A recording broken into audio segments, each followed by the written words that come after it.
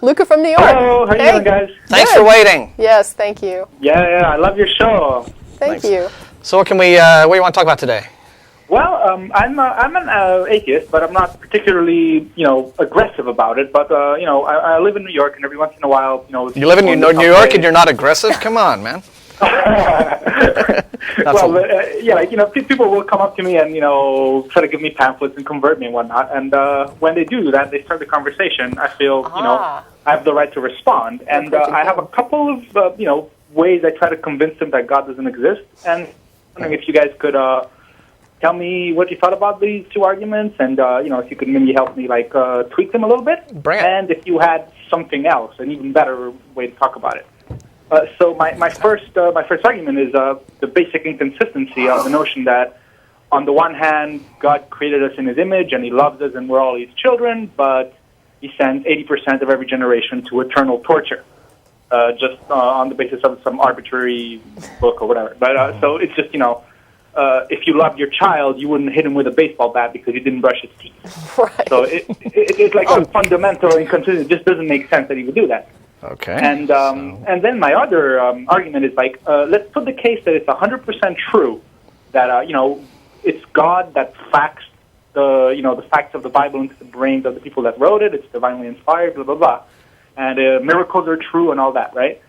So the fact remains that supposedly God is smarter than us. We have no way of understanding what His plan is and whatnot. Mm-hmm. So how do we know that God's plan is to write the Bible, which is making false claims about slavery being okay and rape being okay, for the purpose of testing whether we're smart enough to understand that those claims are false, and on that basis allow us into heaven if we manage to say, hold on, we should question everything because God gave us free will, and we should understand that the Bible is false and it's all a bunch of bullshit, and that's how we get into heaven. Well, yeah, that's a fun sort of counter that I usually use when people bring up Pascal's wager, right? Okay. The whole if you atheists are right, then I've lost nothing and we all just die. But if I'm right, then I get to go to heaven, you go to hell. So yeah, you don't know that, right? But and what I say is, well, hang on. How do you know that what God's really doing is He has allowed this religion of Christianity to flourish? He has the Bible out there. It is all a load of BS. And what He is really doing is He is gauging the human race to see just who is using this gift of reason that He has bestowed upon us well enough to see through all of that. And really what's going on in heaven is that's where all the skeptics get to go. And all the believers get to go to hell for being suckers, right? Exactly. For swallowing all of this. How can they say that's not the case? But I don't know, I would say, and Tracie, I don't know, tell me if you agree with me, you're saying that these folks approach you? Yeah, they're handing pamphlets on the subway. Oh, right, okay, so they're the pamphleteering, okay. These people share a prayer T-shirt and, all these real burn in hell. Oh, yeah, they're all over the place. Trying to yeah, okay, so they're doing the pamphleteering thing in the subway stations. Oh, I got to go to New York now. Well, what I would do is I would take a slightly different approach. Okay. Which is that I would just hand them the pamphlet back and I would say, thanks very much for this, but I understand what you're trying to do. But what I would rather hear is you tell me, and don't reference this pamphlet or anything, why don't you tell me, this is the classic Atheist Experience question. I agree. What do you believe? Don't look at the pamphlet, what do you believe, and then why do you believe it? Explain what you believe, and then tell me why you believe it. And then try to make a case, a persuasive case, for why I should believe it too. Convince me that the reasons why you believe what you believe are good enough reasons for me. Because a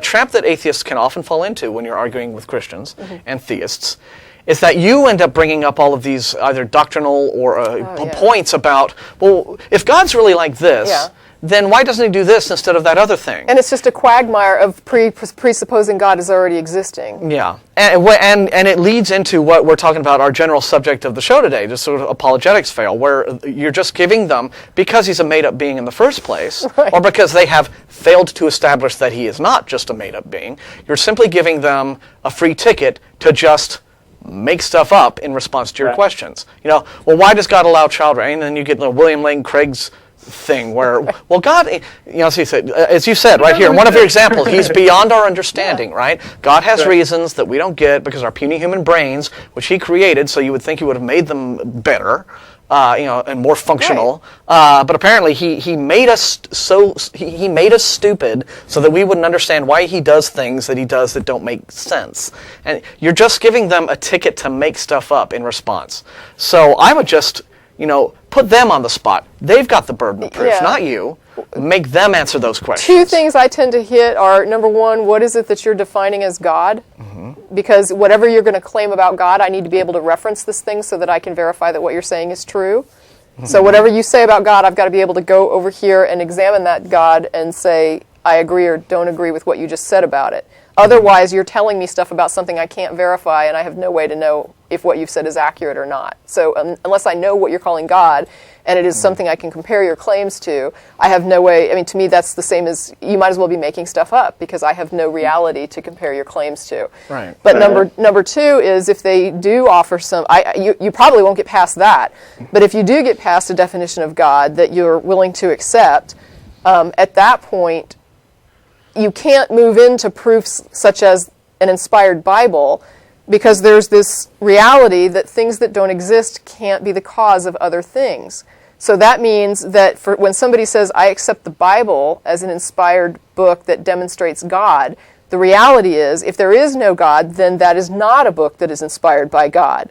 So first we need to establish whether or not there's a God. Then we can make a determination about whether or not that God would be responsible for writing this book. But if we don't know what God is and what God might do, we don't know if God would write a book or not. And you can't look at the book and say, well, it's obviously a book written by a God, because we don't know what a book written by a God would look like or how it would differ from a book written by people. Right, exactly. So another thing I do sometimes when say, hey, do you believe in God? I say, no, I believe in Santa.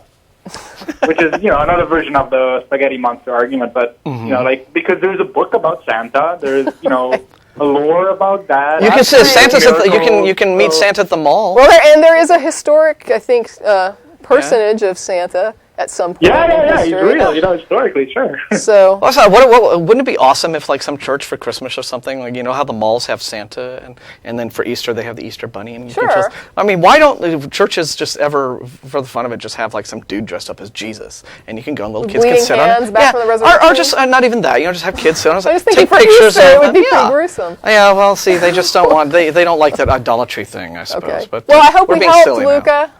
Now. Yeah. Yeah, but the thing is just, again, make sure, put them on the spot and make them, meet their burden. Yeah, they have to demonstrate their claims. Yeah.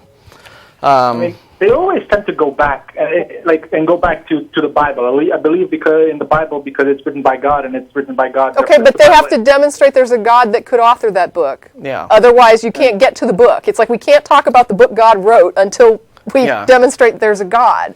Until you can convince me a God exists, I'm not going to believe he's doing things. Right? Right, but if Christians were smart enough to realize that they're making circular arguments, they wouldn't be Christians anymore. Right, but you're asking what rebuttal can you provide, and I'm saying what Martin is saying, you have to demonstrate this to me, and if you're going to demonstrate it to me, you're going to have to be reasonable, and that means that we're not going to talk about things you're telling me God does until I see that there really is this thing called God that you're talking about. Yeah, and they're on script when they're doing this kind of public witnessing to you, and they want to sort of draw you into their script, and you got to kind of get them off script, and that will throw them off a bit, and then you can just sort of take it from there. But again, Tracie's right at the very basic level. They will state something, and I'm going to give some more examples of what this, again, this sort of apologetics fail as, an example of how they can just make stuff up in response to your questions because, it's easy that way. It's all made up in the first place, and so they can just assert things, and they often do this. They will simply make an assertion. They will state it as if it were axiomatic, as if it were self-evidently true, and then they'll go, ha-ha, so there's my answer to you. And you have to just explain to them or make them understand. You have to stop them even before they get to that point. And they'll say, well, in the Bible it says, okay, back up, because we still haven't established it. So work on that, and then, if you want to email us, if you have more questions about how to do your approach and everything like that, do so, please. Yeah. And happy to help out.